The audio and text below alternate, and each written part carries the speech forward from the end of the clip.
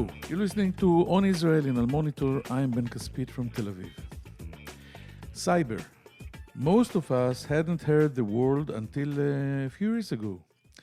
Now it seems we hear it everywhere, all the time. It first popped up on our radar as a security-related term, defensive and offensive cyber. It is now being talked about as a revolution. In fact, experts believe the cyber revolution is the biggest historical event since the Industrial Revolution over 200 years ago. Cyber has transformed our daily lives just like the wheel changed human evolution thousands of years ago and electricity shaped modern human existence. Does this sound a bit over the top? I'm not so sure. The fact that cyber has become a buzzword doesn't mean most of us know what it means. Cybermania is the name of a new book that explains it, describes the history of the cyber revolution in general, and of Israel's global cyber leadership in particular. Israel is a cutting-edge power in many fields: high-tech, medicine, agriculture, special ops measures, etc. It ranks high on most of these indexes in per capita achievements. In the cyber field, Israel enjoys undoubted supremacy as one of the 3 to 5 superpowers in this field. Just consider this: with a population just short of 10 million, a tiny portion of the world's population of almost 8 billion, Israel attracts over 30% of global cyber investment and ranks among the world's top 3 in the extent of its cyber deals, cyber exports, number of companies engaged in defensive and offensive cyber activity, and extent of innovation in the field. The book Cybermania was written by Professor Eviatar Matania, together with journalist and entrepreneur Amir Rapaport. Professor Matania has played a key role in turning Israel into a world cyber power. He established the National Cyber Bureau in 2012, leading it until 2018 with a mandate from then Prime Minister Netanyahu to turn Israel into a super cyber power. He has held various highly sensitive security positions, especially in weapons R&D. He is currently a professor at the School of Political Science, Government and International Affairs at the Tel-Aviv University, where he also heads the graduate program in security studies. He holds an adjunct professorship at Oxford University and is a consultant on cyber policies and national security. Professor Matania joins us right after this break. If you're listening to this podcast, you obviously care about the Middle East, and if you do, you should probably be reading Al Monitor. Al Monitor is a global newsroom headquartered in Washington, D.C., with a network of over 160 contributors around the world. Al Monitor offers first-class reporting and analysis from a range of perspectives and an approach that represents the highest journalistic standards, as well as an award-winning commitment to press freedom and independence. If you haven't done so already, visit us at almonitor.com, check out our articles, and sign up for our free newsletters. There's a lot to choose from, including the Week in Review, an essay that offers unusual insights and forecasts into the region based upon Al Monitor's outstanding reporting. And if you haven't done so, please subscribe to our Al Monitor podcast on your favorite podcast platform, On Israel with Ben Caspit, and On the Middle East with me, Andrew Parasolidi.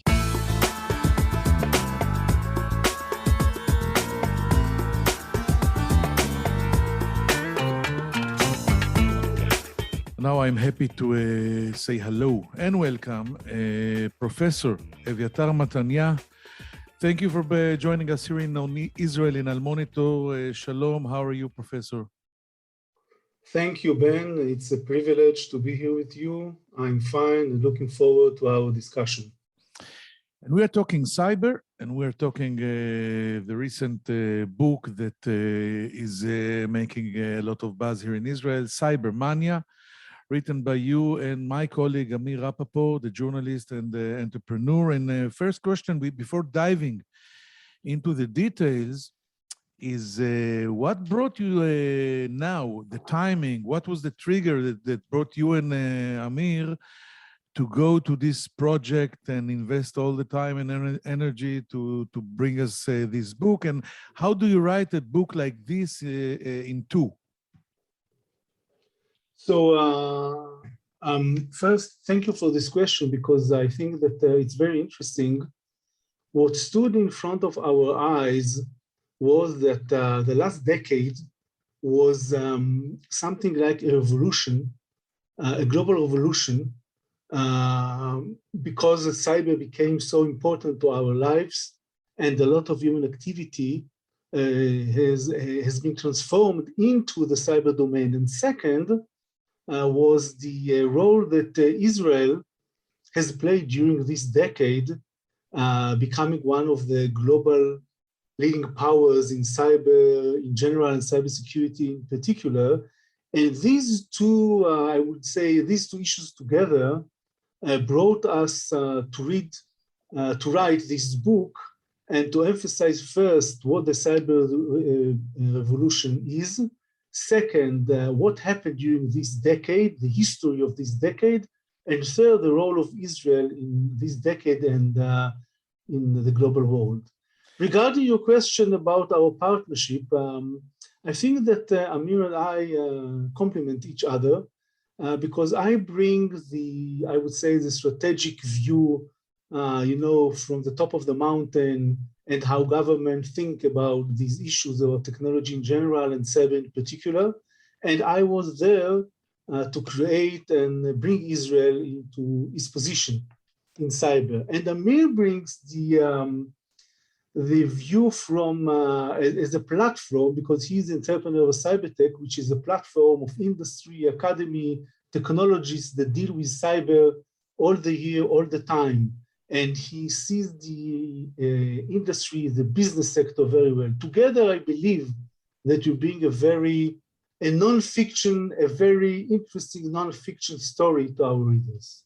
And also, if I may add, after reading half of the book in 2 or 3 nights, it's a very a unique combination between you two. And let's start with the general overview. Is the cyber revolution indeed of the same magnitude as the industrial revolution?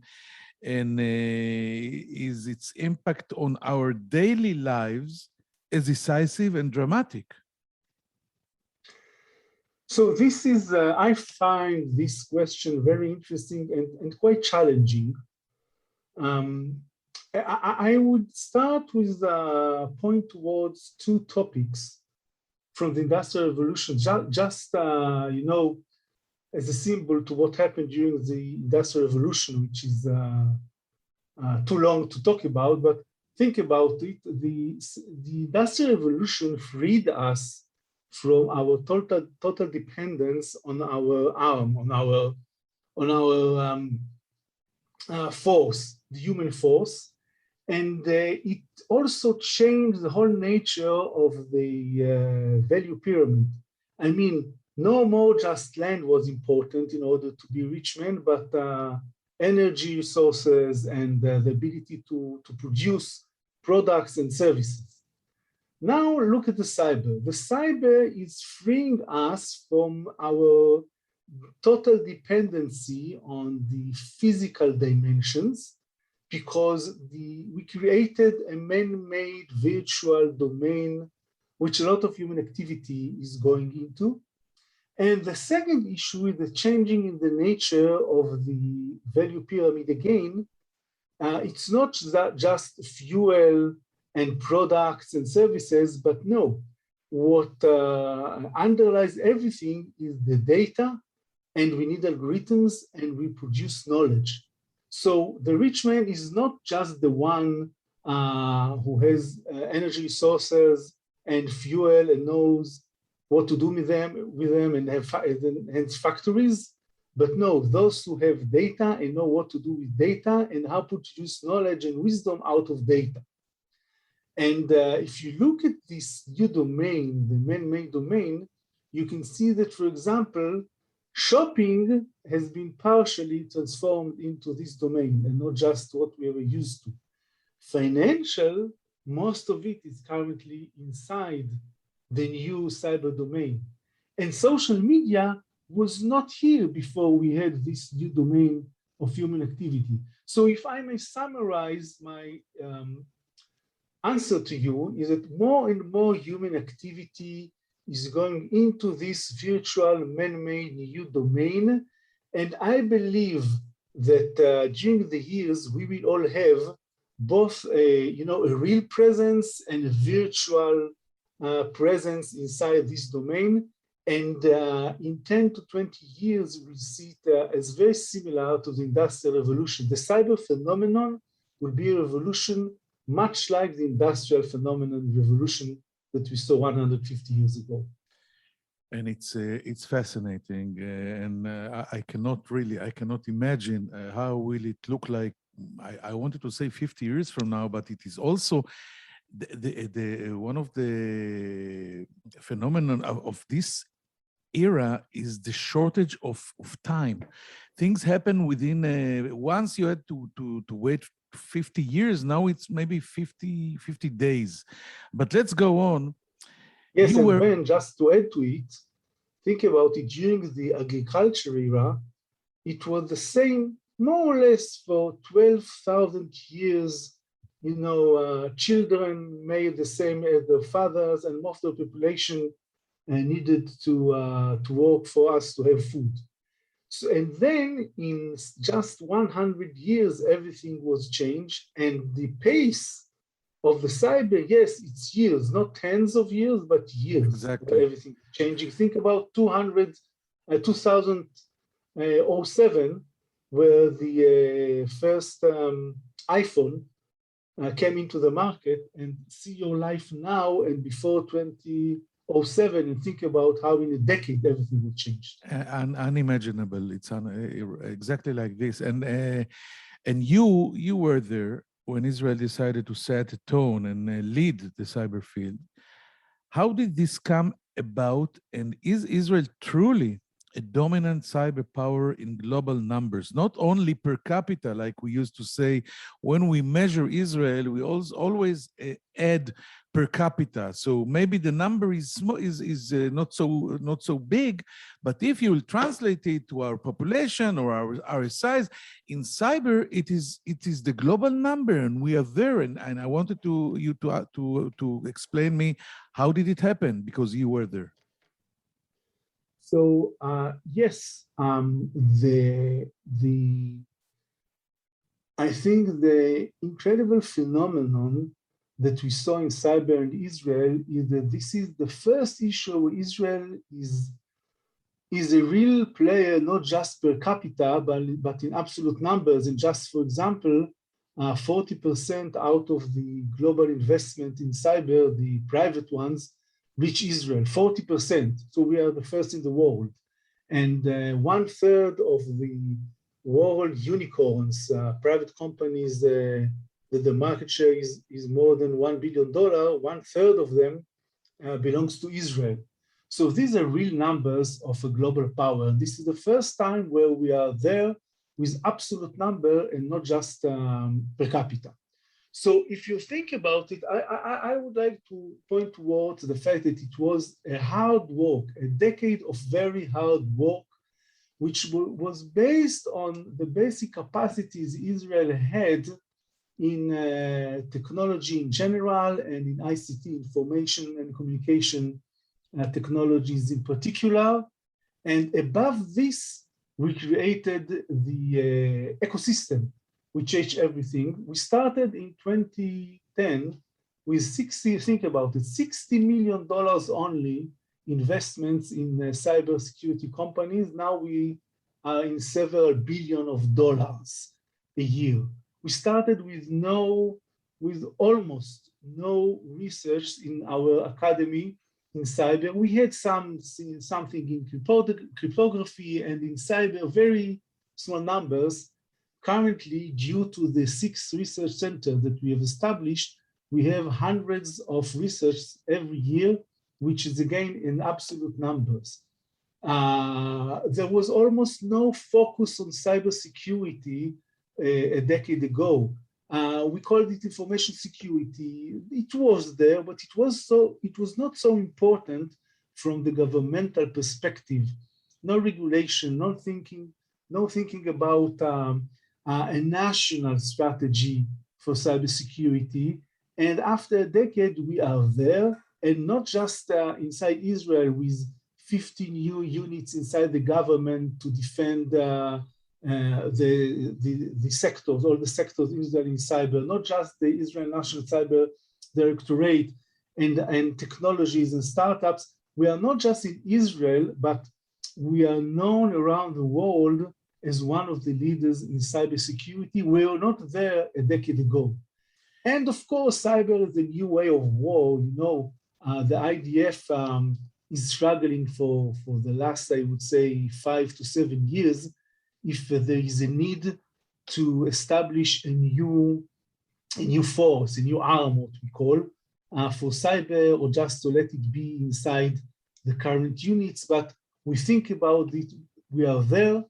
To summarize this, I would say, yes, Israel is part of the cyber club. I call the cyber club the leading powers in cyber.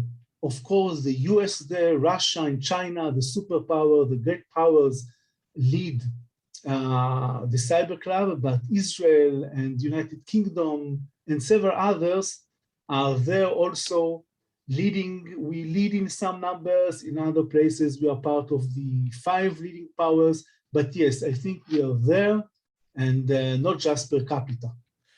Okay, so let's dive a little more, and I want to ask you, what was the secret, the characteristic or the advantage that enabled Israel to surge ahead in this field, that, like you just told us? And is its leadership only in the military security aspect or also in other areas? And if I may I add, the advantage of Israel in what we call the intelligence, the 8200 unit of Amman, of the intelligence branch in the IDF, the Mossad, all these brains, young people that leave the army after 3, 4, 5 years. This asset, the human asset, is it playing a role here as well? So my answer is yes, totally yes, to what you have just described, the young people that leave the army, understanding cyber, and go to work for the industry. But if I also may say, I think that it's not just, or it's far more than just being a leadership in our security branches. On the contrary, I think that the security community, although they understood in cyber, they didn't look at it from a national point of view. They didn't think about the whole ecosystem of industry, academy, and government. They saw it from their resolution, from the security point of view. So would it have been dependent only on them, we couldn't be in the point that we are now. So it needed much more. But again, I think that it's very important to understand that what we had in our security forces, and especially the young generation that grew out of the cyber units in our intelligence corporations and other places, they are part of the human capital that created part of what we see in the industry. Another important point is the basic capacities Israel had, again, in technology and ICT, and I think specifically the combination of our basic capacity in security, in cybersecurity, and cyber power is part of security. Together with technology, security and technology, these are 2 fields where Israel is quite strong in. I think that the combination of them made us a real power in cyber, because cyber is exactly technology and security. But I have also to add here that I think that part of what happened in cyber is due to governmental leadership. The government and the prime minister, we wrote it in the book, Prime Minister Netanyahu, he had the vision in 2010 to understand that cyber could be both an opportunity for Israel from the economic point of view, from a policy point of view, but also a real threat from the security point of view. And he understood that we should put there a lot of efforts, budgets, and understanding and in order to mitigate the threat, but also to succeed and use the opportunity from the economic point of view. And I think that the government leadership, together with the capacity we had in our security forces and in our high-tech industry, they led us to build the very unique ecosystem. And this is the secret word, I think, that you were looking for. Yeah. And we succeeded to build we can compliment Netanyahu. Here was the right man in the right time. He saw the opportunity and seized the moment. And I want to ask you now, there is an argument over where the advantage lies in military cyber use, in the offensive or defensive dimension. Is Israel more dominant in one of these fields than in the other? And can one determine which side would enjoy an edge in a cyber war, the attacker or the defender? Because I heard and read about many versions to this question. So I will take you again just as a symbol to the conventional power. Think about it, about the machine gun in the First World War, which was an advantage for the defenders, and the tank in the Second World War, which gave superiority to the attackers. Yes, exactly. So we know that in conventional power, it is changing. There is no inherent or some basic advantage to one of the offense or the defense. It is changing according to technology and time. So the question in cyber is exactly what you asked. Does someone have a real advantage, an inherent advantage out of the specific domain, or is it going to change along the time? So in the beginning, something like 15 to 10 years ago, most practitioners and even scholars thought that the attackers, the offense has an inherent advantage over others in the cyber domain due to the fact that you need just one hole in order to penetrate. You do not need to go, and bring divisions of tanks. One hole and you are there and you can build a real campaign. But what happened during the years is that first, during the last decade, a lot of budgets and effort were invested in cyber defense, cyber security, and we see that the balance is changing. And people understood that it was not just about information security, but we need to think about defense. The difference is that 20 or 30 years ago, people thought about information security. We have information, we need to secure it. But now we know that this is a battle. We need to have, to think about it as a battle. We need to think about defense, not just security. So it changed the whole issue of how we should defend our networks. And now people believe that there is no real inherent basic advantage to offenders or to defenders, but it is going to be changed across time according to what we are going to do, according to how we are going to secure and defend. And so one last point. It's difficult to differentiate and actually defense and offense in cyber, according to you, is the two parts of the same entity. And yes, one cannot decide or define which is more important, more efficient, etc. Was I right? We will see attacks. Yes. I believe that we will see. It will be easy for high attackers to attack and to succeed to penetrate. It will be easy. It is very difficult to defend. But one attack is not a campaign, it's not a war, it's not cyber power, okay? To build a cyber power, you will see that the defense and defenders can do a lot in order to defend their networks. It will be much more balanced. One attack could be easy. Understood. A real campaign and a war, difficult. So we spoke about offensive defense. Let's talk about deterrence. We are familiar with the terms such as nuclear deterrence, conventional deterrence, and even economic deterrence in the international balance of power. Should we also add cyber deterrence to this?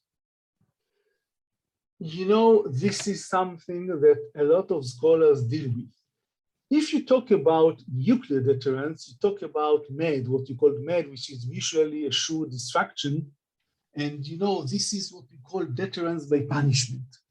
If you talk about conventional, usually you talk about what we call deterrence by punishment, meaning, yes, if you're going to attack me, I'm going, you know, to retaliate. And, you know, Israel is talking about accumulated deterrence over the years and over our wars. And usually what you talk about deterrence is deterrence by punishment. In cyber, yes, when we talk about cyber, we used to say that cyber deterrence is part of the whole deterrence that you have as an army and then a nation state, and it's not just, you know, deterrence in the cyber domain. It's part of everything. One may attack you in cyber and you may retaliate conventionally, and the opposite. But we also talk about another way of deterrence, what we call deterrence by denial. Deterrence by denial means that we deny your ability to succeed. For example, if you talk about Iron Dome is a sort of deterrence by denial. It's not a deterrence, you know, by punishment, but if you try to do something, we eliminate your ability to make harm. So the same in cyber.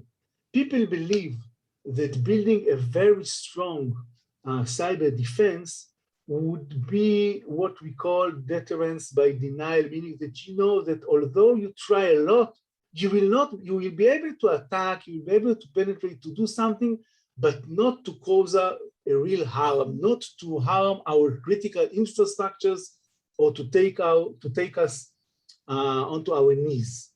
So this is if I try to again to just to summarize it, yes, deterrence in cyber are a real issue. We believe that it will be part of the whole deterrence that the nation state has, and specifically in cyber, we will talk about deterrence by denial through our ability to better defend. We are running out of time, but it is so interesting. I have to ask you a couple more questions. I will thank you for maybe shorter answers, and let's get down to the specifics of a cyber war. We are already experiencing wars of this kind, and what are the main differences between the cyber wars of this generation and the next, and the conventional warfare we experienced in the previous century. Will we see more casualties? People will get killed and wounded, or it will be maybe a cleaner world that the wars will be held in the internet? Maybe it's good, but maybe I'm wrong. So one cannot know, but you pointed towards an interesting point, because you can. Through the cyber attack, you may cause harm to computer systems and not to people. So it could be a cleaner war. I think that also what's interesting with cyber war is it goes from tactics to strategics, meaning, you know, nuclear weapons are strategic. Cyber could be very small, but also very big. It could be under the radar. Most people wouldn't know that something happened, but it could also be, you know, above the radar. You can, and you know, most of the time around us, there are a lot of what we call cyber battles between Ukraine and Russia, between Israel and Iran, between United States and China. All the time there are, I would call, cyber battles. Some of them is just still in the intelligence area, but part of them is information warfare or trying to cause some harm. And cyber will be part of any, cyber war will be part of any future world, and they will all be more hybrid, citizens, armies, cyber, infrastructures, and so on. This is a short answer because I have a lot to say about this, of course. I imagine. How far are we from seeing traditional wars replaced by supposedly cleaner? We just spoke about it, but maybe we can go one step ahead. Do you see somewhere down the line artificial intelligence replacing the military command structure? Instead of generals, we will see robots that will manage the whole thing, and we will just live on? Artificial intelligence is going to enter big into warfare, not just in cyber. Of course, in cyber, there will be bots that will attack and bots that will defend, because the velocity and the pace of the attack will be such that humans cannot do it alone without the bots and without some robots. But it will also enter into the conventional field. So we will see a lot of AI. And yes, the generals of the future should understand in technology, should understand in very fast decision making. The example that I give, that Second World War, you had sometimes a week or several weeks to decide what to do. During the 73 Yom Kippur war between Israel, Egypt, and Syria, you had a day to decide what to do. Now we're going to hours and less than that. So it will come to seconds finally, I think. That's where bots and robots will do the decisions, yes. I just thought about something else. Finally, my final question that I wanted to ask you, after all there were many scandals in this field, given the extensive deals in the cyber field, what kind of controls has Israel, or not only Israel, have to put in place to prevent cyber capacities from being abused by other countries? We saw how damaging this could be when it turned out that countries were using the Israeli Pegasus software to spy on their citizens. So I'm really not familiar with Pegasus or things like that, but generally I can tell you that in most countries, cybersecurity is out of regulation. But whatever is not cybersecurity, meaning cyber means to make intelligence or more than that, are always under regulation, export regulation, and so on. And now it is dependent on the specific country and industry, and what someone wants to achieve. In Israel, I think it's very tough regulation. Yes, we had here previous podcast about it, and my impression was that the regulations in Israel are really tough. But what you're saying is it's possible to regulate this field, although it's nothing you can touch, but it's possible to regulate it. Yes, of course, very easy to regulate. Professor Eviatar Matania, it was highly, very interesting, and I could go on talk to you about on this subject until we will have only seconds to decide in the future wars. I thank you very much for joining us here on Israel in Al Monitor. We will now just take a short break and come back with some final thoughts. Thank you. Toda rabba, Eviatar. Thanks a lot. I'm Andrew Parasolidi, president of the award-winning media news site Al Monitor, where we cover the Middle East with some of the best reporters and columnists anywhere. And I'm excited to announce our new podcast, On the Middle East, where each week I will interview newsmakers from the U.S. and the region about the latest news and trends with additional commentary from our on-the-ground correspondents. Those of you who follow the region know that what happens in the Middle East doesn't stay in the Middle East. And to cite another great movie line, every time the U.S. tries to get out, the region pulls us back. Your time is valuable, so let me promise you this. You will learn something and you will never be bored, because each week we'll be talking with and listening to those leaders who are making the news and shaping the trends in this critical and fascinating region. So please subscribe to On the Middle East with me, Andrew Parasolidi.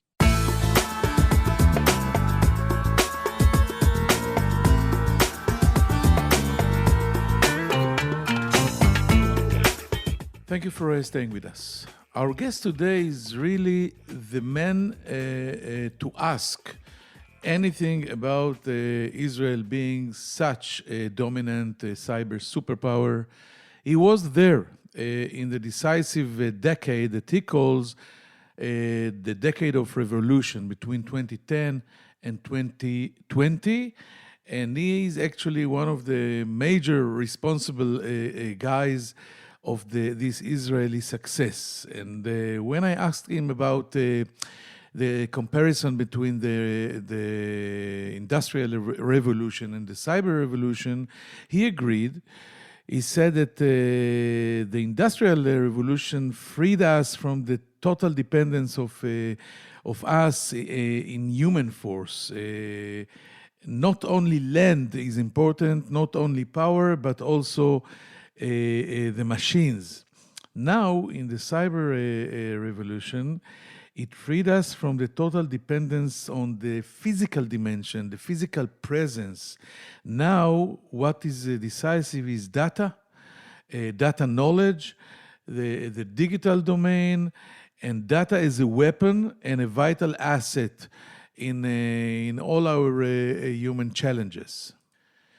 And simultaneously, while we are experiencing this decade and now the next decade, more and more human activities are moving from the what we call real life or the physical dimension to virtual places, to the cyber world. And it doesn't mean that things are not real anymore. It's just that they happen not in a place that we can touch them, but in a total different dimension. Professor Eviatar Matania also approved that everything we think about the Israeli cyber is right. The incredible phenomenon, as he called it in Israel, is that 40% from the private global investment in cyber is happening in Israel. Third, from all the unicorn private companies are Israelis. It is unbelievable because, as we mentioned, Israel is just short of 10 million people in population, and these global numbers are unprecedented. And the key question, what is the secret of this Israeli success, very rare success? He said that it was a national strategy of cybersecurity. And when you combine the security attitude in Israel and the technology advantage of Israel with all the high-tech nation, etc., you found what we found in the Israeli cyber networks and the industry. And we cannot skip on crediting Prime Minister Benjamin Netanyahu that seized the moment and saw the opportunity and declared the cyber as the next thing in the Israeli national interest. And he helped to create the ecosystem that Professor Matania said is crucial to have an ecosystem, a governmental ecosystem that enables everything to move very fast forward and to take advantage of the many Israeli youth that live the intelligence in the IDF, like 8200 and the Mossad when they are 21, 22, 23. These are the guys that made Israel a high-tech superpower, and these are exactly the same people that made Israel the cyber superpower that it is. Let's hope that all the wars in the future, and we also spoke about this, will be in cyber without real physical casualties. And let's also hope to meet here again next week on Israel in Al Monitor. I'm Ben Caspit from Tel Aviv. Take care. Bye-bye.